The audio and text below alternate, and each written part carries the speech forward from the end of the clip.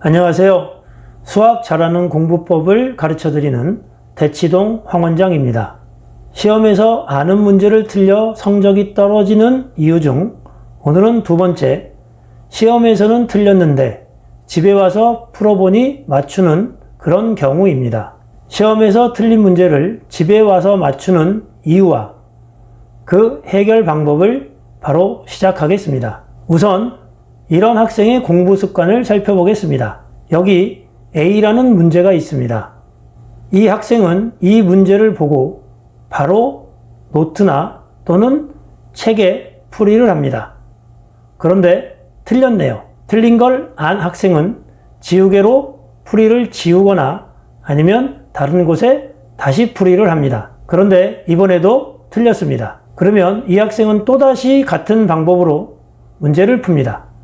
그런데 다행히 이번에는 맞췄습니다. 답을 맞췄으니 이 학생은 다른 문제를 공부하게 됩니다. 이 공부 과정에서 원인을 찾을 수가 있습니다. 이 학생은 A라는 문제를 세 가지 방법으로 풀어봤습니다. A와 비슷한 문제가 나온다면 이 세 가지 중 어떤 풀이법이 가장 먼저 생각이 날까요? 대부분 학생은 첫 번째 풀었던 방법이 생각이 납니다. 그리고 틀렸다는 것을 안 후에는 세 번째 방법이 생각이 납니다. 시험에서는 어떨까요? 시험에서 A와 비슷한 문제가 나오면 이 학생은 첫 번째 풀이로 문제를 풀어 답을 냅니다. 그리고 답을 확인할 수 없으니 시험이 끝난 후 채점을 하고 틀린 것을 안 후에 세 번째 풀이가 생각이 납니다. 그래서 시험에서는 틀렸는데 집에 와서 다시 풀면 맞추게 되는 것입니다.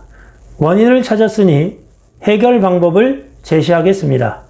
결론부터 말씀드리면 학생 스스로 A라는 문제를 어떻게 틀렸는지를 기억하는 것입니다.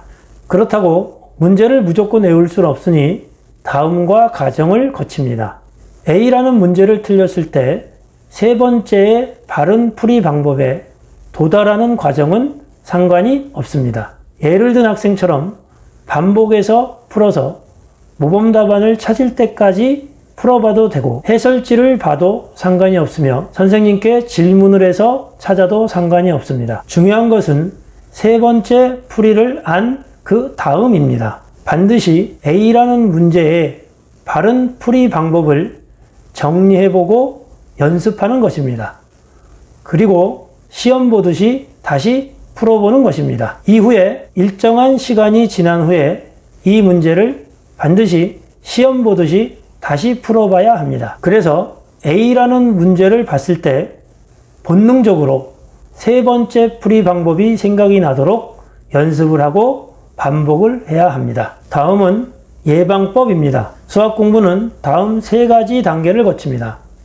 첫 번째는 새로운 문제의 풀이나 개념을, 설명을 듣고 이해하는 단계입니다. 두 번째는 듣고 이해한 내용을 정리하고 연습해서 내 것으로 만드는 과정입니다.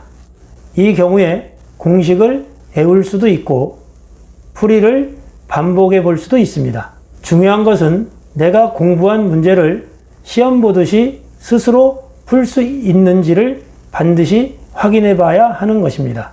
마지막으로는 이와 유사한 문제들을 풀어보면서 내가 익힌 것을 연습하는 과정입니다. 시험에서 틀린 문제를 집에 와서 다시 풀면 맞추는 유형의 학생은 이 공부 과정에 두 번째 과정이 빠져 있습니다. 설명을 듣고 이해한 후에 새로운 문제를 무조건 풀어 제끼는 것입니다. 그러다 보니 들은 기억에 의지해서 문제를 푸는데 첫 번째 풀었던 과정이 맞다고 생각하는 인식이 바뀌지 않기 때문에 계속 첫 번째 풀이가 먼저 생각이 나는 것입니다. 그래서 이러한 현상을 예방하려면 반드시 두 번째 과정, 즉 설명을 듣고 이해한 내용을 연습하고 정리하고 내 것으로 만드는 과정을 거치면 됩니다.